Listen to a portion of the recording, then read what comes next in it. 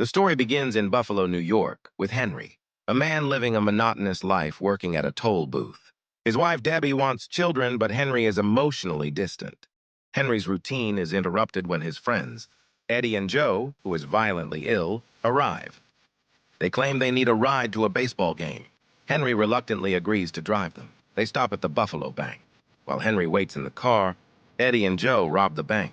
Henry, unaware he is the getaway driver, is arrested by the security guard. Refusing to name his friends, Henry is sentenced to 3 years in prison for a crime he didn't commit.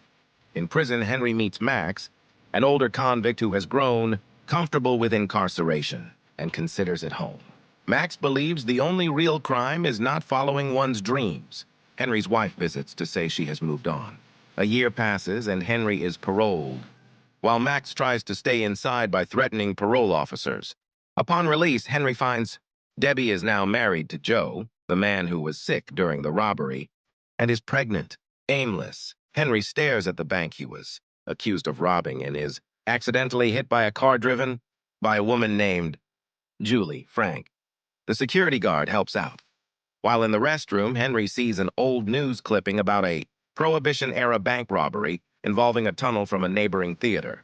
He decides that since he did the time, he might as well do the crime. Henry tries to recruit Max, who initially refuses to leave prison. Meanwhile, Henry scouts the theater and reconnects with Julie, an actress rehearsing there. Max is eventually paroled and joins Henry. They realize the old tunnel entrance is located in the lead actor's dressing room. To gain access, Max volunteers as a stagehand, and Henry begins dating Julie. Max schemes to get the lead actor fired so Henry can take his place.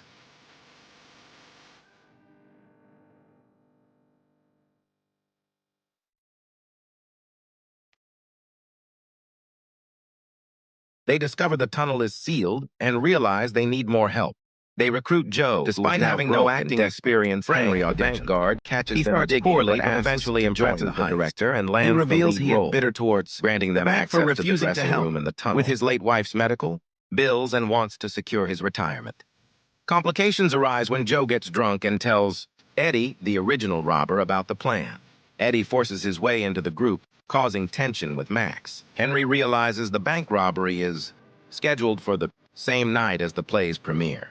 He is torn between the heist and his growing love for Julie, who is frustrated by his distant behavior. On the big night, Henry performs on stage.